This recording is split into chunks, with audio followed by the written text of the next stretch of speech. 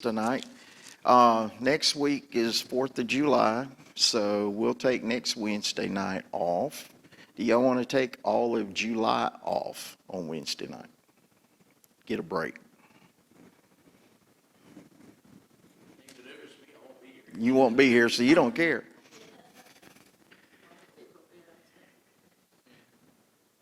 So, is that okay with everybody? Would you like a little break? Yeah, we normally do it in July, but I always like to, if anybody's going to say, well, I won't come back if you're going to do that.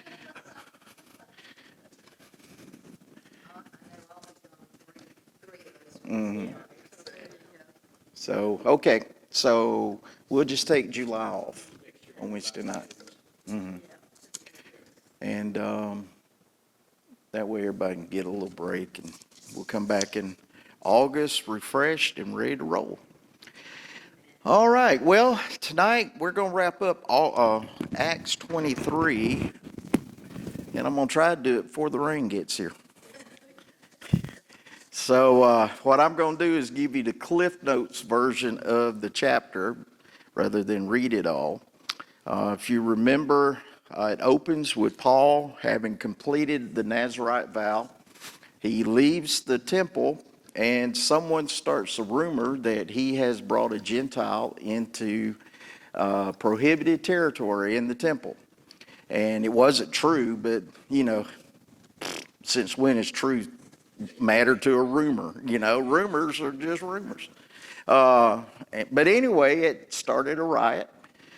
And somebody went and told the Roman tribune, we've got a problem down here. So they went down, figured out the problem was Paul, and so they pulled him out and took him down to basically their garrison headquarters. And Paul talks to the man and says, let me go out and talk to him. And so the guy said, well, okay. And so Paul goes out and talks to them in their native language. Now, native language probably means Aramaic, because that was kind of the language of the day. Like there's English and there's Southern English, and so you're dealing with two different things. And so he goes out, he begins sharing his testimony, and they're good. They're quiet, they're listening, okay, until he mentions one thing. He mentioned the word Gentiles, and that God had called him to the Gentiles, and when he said that, the riot broke out again. And so the Romans had to go back in there and grab him, pull him back out, take him back to their headquarters. And while that's going on, a group of the people who were in the mob got together, and 40 of them took a vow that they would not eat a bite or drink anything until Paul was dead. So I'm assuming they starved to death. And this is where we find out, coincidentally, that Paul had a sister, and a nephew, because his nephew overheard what they were doing, and he went and told the Romans, just want to let you know, because their plan was to take him before the council to state his case, and they do. He goes before the council. That doesn't go well, because when he gets there, the first thing he does is insult the high priest. And in the text, it actually says, when they say, why are you speaking to the high priest this way? He said, I didn't know he was a high priest. And some people say, well, how could he not know? He hadn't been in Jerusalem in years. He had no idea. And so he begins to give his testimony, and he did the same thing I would have done, because the council was made up of Pharisees and Sadducees. Now, the Pharisees and Sadducees did not like each other. The Pharisees were religious devotees. They believed the writings of Moses, the writings of the prophets, everything. Basically, they believed the Old Testament was fully inspired by God. They believed in angels. They believed in an afterlife. They were awaiting the Messiah who was going to come and reestablish the kingdom of David. The Sadducees didn't believe any of that. All they believed was the books of Moses. They didn't believe in the supernatural, didn't believe in angels, didn't believe in demons, didn't. And so basically, they would be Southern Baptist. No, I didn't say that. Basically, they would be Lutheran, okay? Basically, they would have been, yeah, a lot of mainline churches would probably, excuse me, let me get something to drink here, would probably be along their lines. Basically, for them, Judaism was about tradition. And so they honored tradition, and beyond that, there really wasn't much going on. And so that's why you don't see Jesus have much dealings with the Sadducees, because they were so far removed from God. And one reason why Jesus was so hard on the Pharisees is because they were so close and yet so far. And so Jesus would pound on them, trying to wake them up to get them to see the truth. Of course, some did, some didn't. All right, so you had the Pharisees and Sadducees, and they're part of the council, and they bring Paul in. After Paul insults the high priest, and they slap him for it, which was against the law, they say, okay, tell us why you're causing such an uproar. And so then Paul pulls out his pedigree, and he says, well, hey, guys, I'm a Pharisee. I came from a family of Pharisees. We believe like the Pharisees. And all the Pharisees said, he's okay, he's innocent, he's innocent, he's innocent. And then the Sadducees say, he's guilty, he's guilty. And so a fight breaks out in the council. And so the Romans have to go in and pull him out again. Now, think about this. Paul, in this one chapter, they've tried to kill him 3 times. And there's a plot to do a 4th. So Paul is in the garrison that night, and something happens in verse 11 that we're going to come back and look at in just a second. But the Lord, the Bible says the Lord, who would the Lord be? Jesus. Appeared to him and gives him an encouraging word. Paul, be of good courage. You're going to Rome. Now, in a sense, that was good news, because that meant they weren't going to kill him. So, that was some good news. Now, he didn't know what was waiting for him in Rome, so that might not be such good news, but for right now, that was good news. And so when word gets back to the Romans about the plot, they decide to move him out in the middle of the night and take him to Caesarea to Governor Felix's place. And they're going to basically just kind of turn him over to the political system, let the political system figure it out.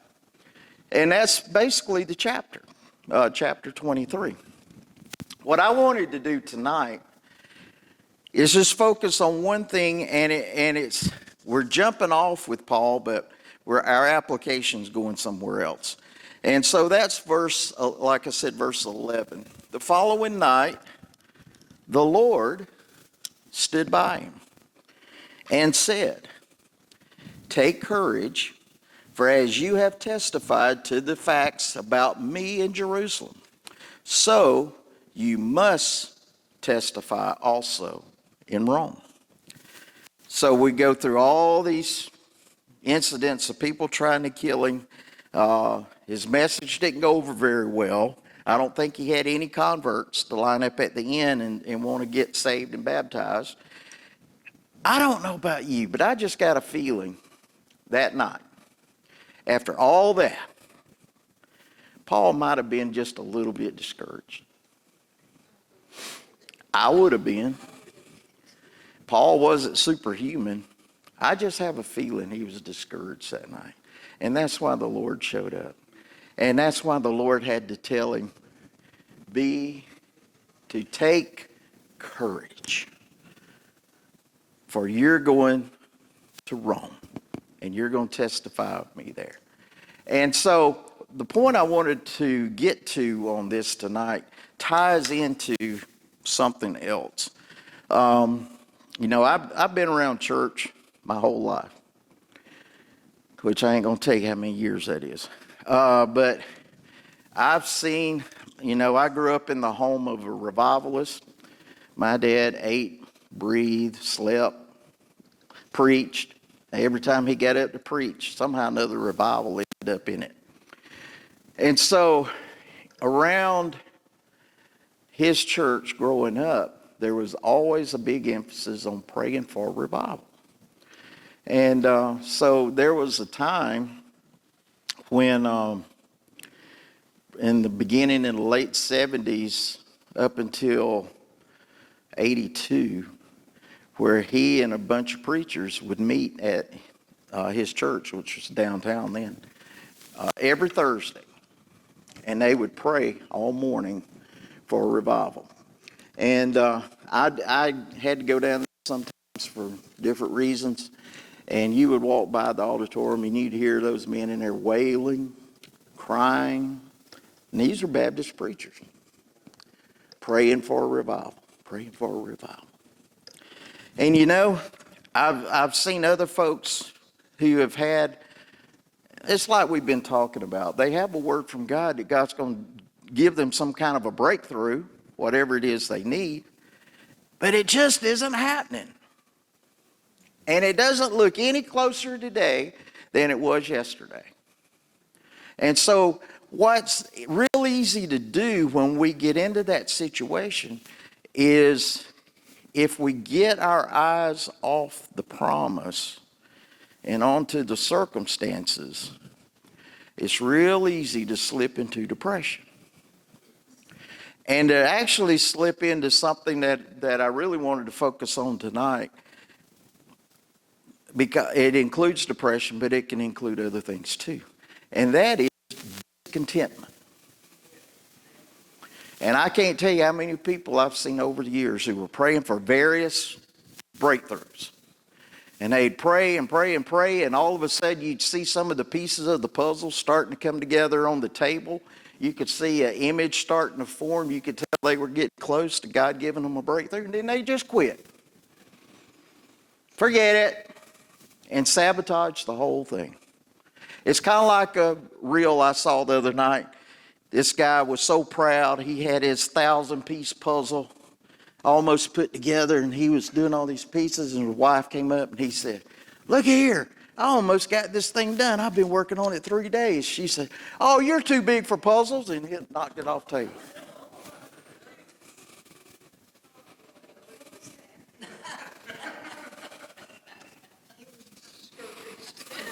He was discouraged. She thought it was cute. She said, "Why aren't you laughing? That's funny."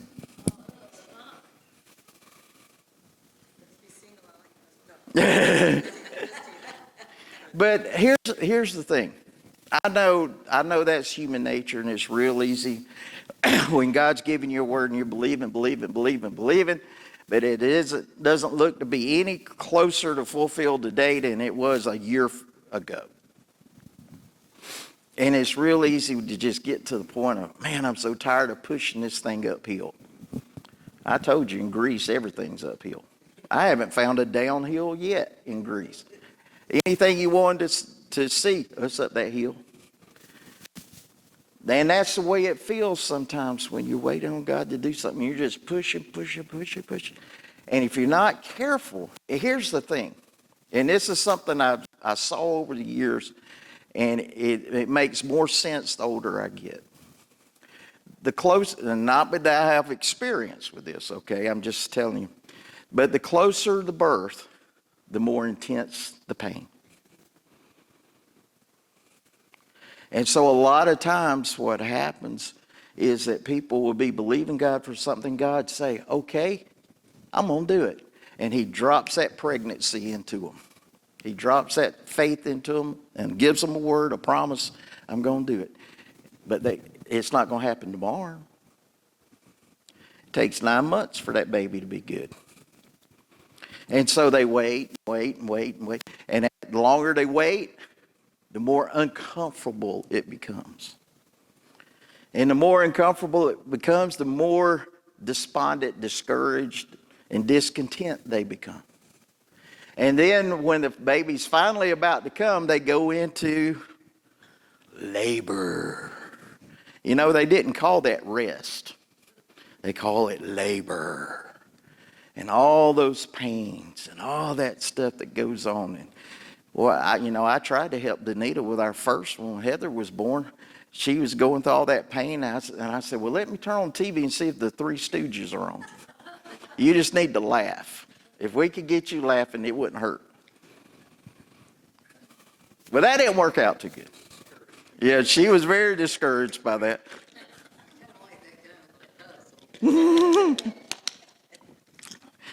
So, but I've seen folks that they would be waiting, and God would start doing it, and they would, and like I said, the pieces would start coming together, and you could see some things falling into place, and all they got to do is just keep going.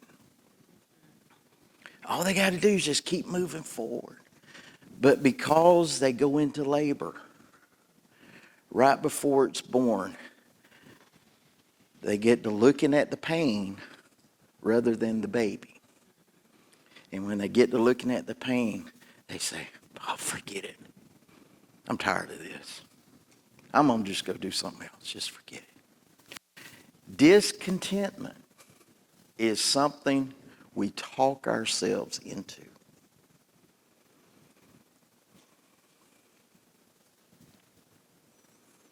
That's why Paul was so, I don't know the word to say, was so emphatic, I guess is the best thing, when he wrote more than once, guard your mind. Don't just let every thought find sanctuary in your mind. You cannot help random thoughts that come buzzing through during the day. That's just random. That's just stuff.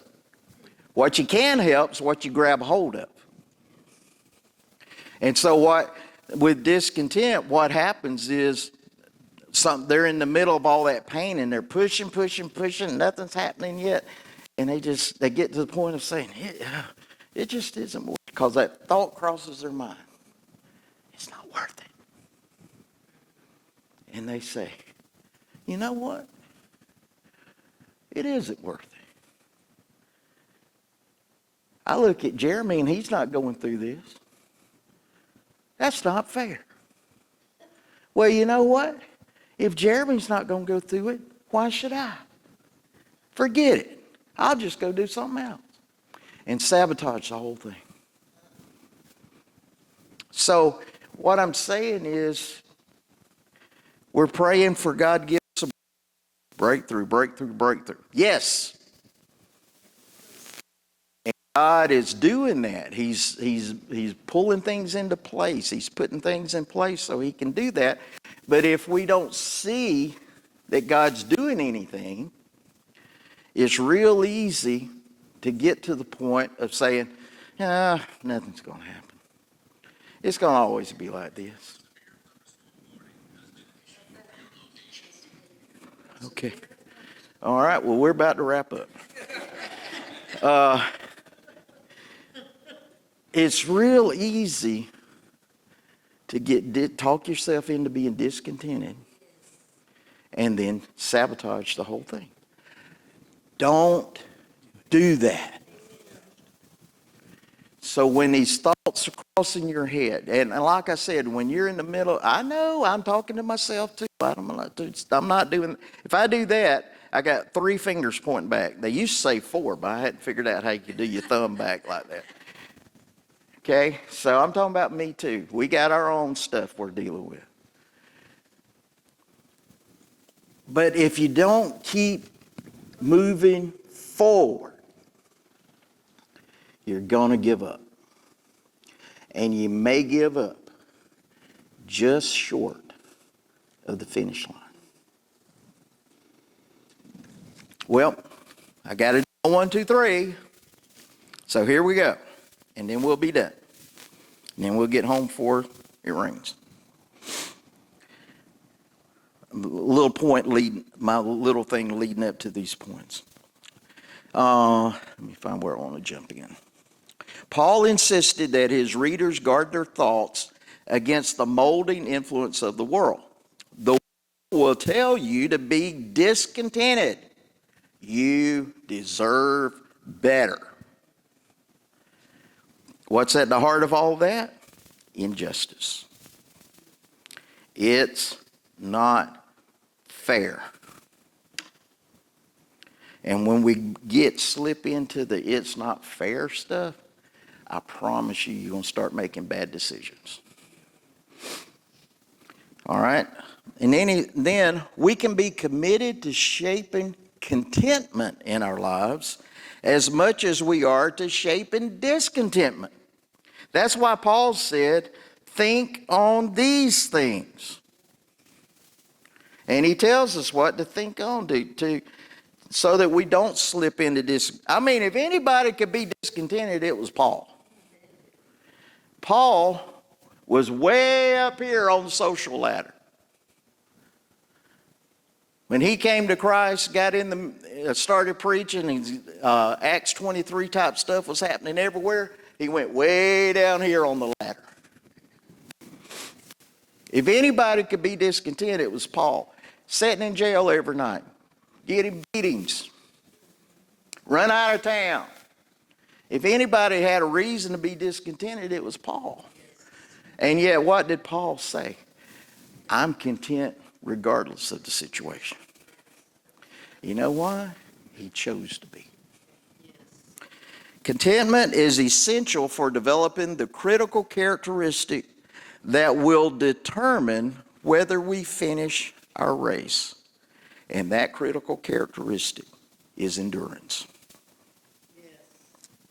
So you see, contentment and endurance are connected.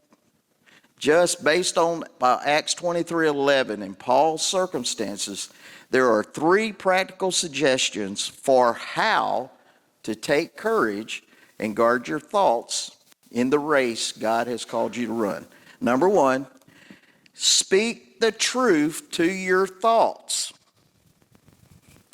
Now, I like to do this with clients who are having trouble with their minds running every which way and they're believing all kinds of weird stuff. I'll tell them, you know what you got to do? Whenever those thoughts enter your head, say, shut up. That ain't true. Here's the truth. You got to talk to them. Now, folks think you're crazy, but that's okay. You got to talk to them. And there's something about making it verbal that makes it work. So, when you're just being bombarded with all this crazy stuff, say, shut up! That's not true. In fact, I give some of my clients that are believers a list of confessions, affirmations. And when that stuff starts running through your head, get your list and go through it. And so, just every time that comes up, say, shut up! I don't believe that. Here's the truth. So speak truth to your thoughts. When anxiety or discontentment starts to creep in, don't just listen to your thoughts, talk back to them. Paul didn't ignore hardship, but he regularly reminded himself and others of the bigger picture. I consider that our present sufferings are not worth comparing with the glory that will be revealed in us. That's Romans 8:18. Write down scriptures that anchor you in God's promises, and here's the key part. Declare them out loud when discouragement or discontentment try to creep into your life. Take control of your thoughts. And this is not a one-time act. It is a spiritual discipline. Number 2, train yourself to spot discontentment early. Discontentment rarely starts loud. It begins subtly. I wish life looked different. This shouldn't be so hard. If left unchecked, those whispers turn into beliefs that erode your endurance. Be proactive. When you notice a thought pulling you into envy, comparison, comparison, aren't we told? Don't compare yourself to other people. Or frustration, pause and name it. Ask, is this thought leading me toward hope or away from it?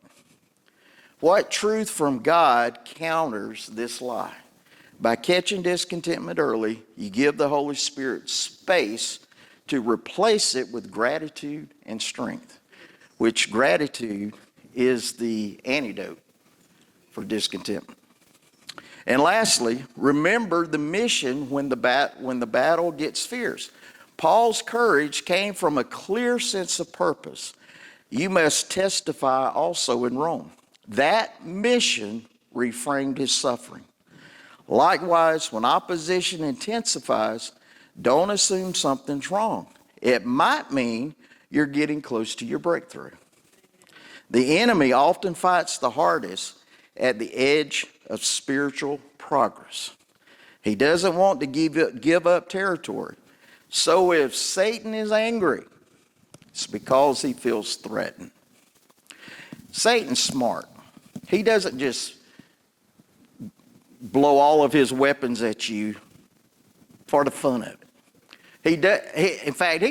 Honestly, he messes around very little with people who are nominal Christians because they're not going to do anything anyway. He's already got them. I don't mean in eternity terms, but I just mean in effectiveness terms. They're nothing.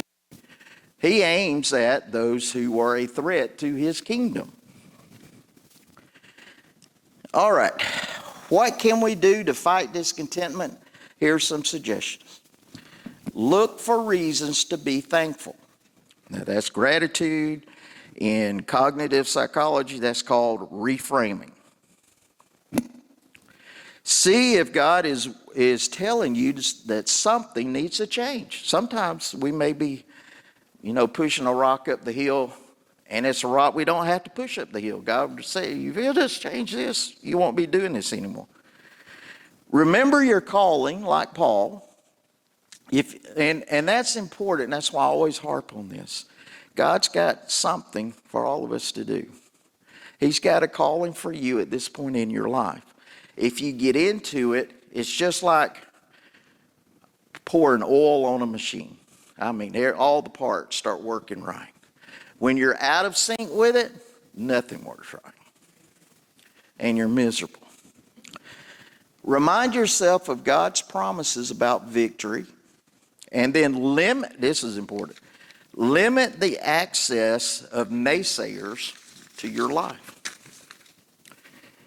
Because people, whether we realize it or not, speak into our lives. And they're either speaking life or death.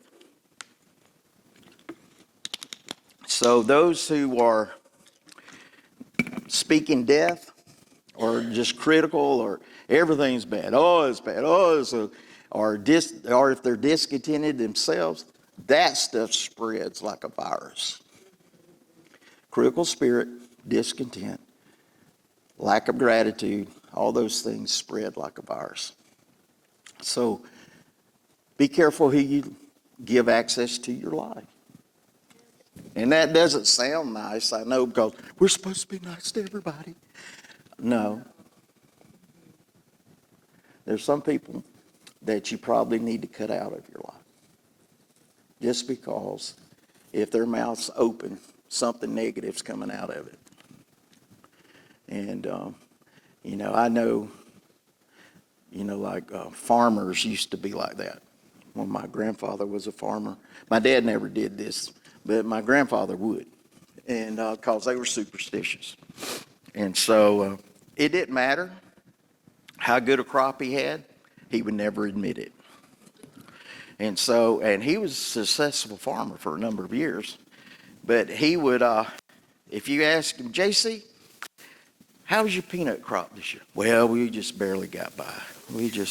I don't know if we're going to be able to make ends meet. And he had the best crop he'd ever had in his life. And he hauled a big old bag of cash to the car dealership and bought him a brand new dually truck with cash money. And, you know, it was great. But he would never admit it, that it was good. You know why? Right. And as soon as he admitted something was good, something bad would happen. And popular. There's some people you just don't need speaking in your life. You can be nice to them, but you don't give them access. Because if you do, they're going to give you their virus. And it's like COVID. All right. Any thoughts, comments? Is it raining yet? No, not yet. I'm going to get you out of here before the flood hits. Hopefully you've got your art ready.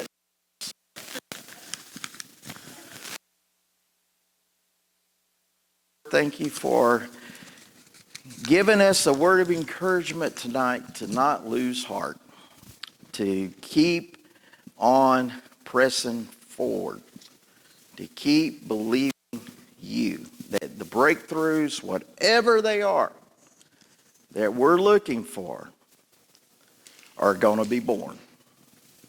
Lord, help us to not abort the baby. And we thank you that you don't get in a hurry, because you're usually working on more than one thing at the time. So we pray tonight, Lord, if we've been getting kind of weary and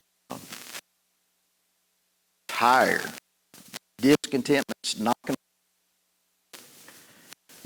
Help us, Lord, from this night on to say, shut up and get out of here. Have a great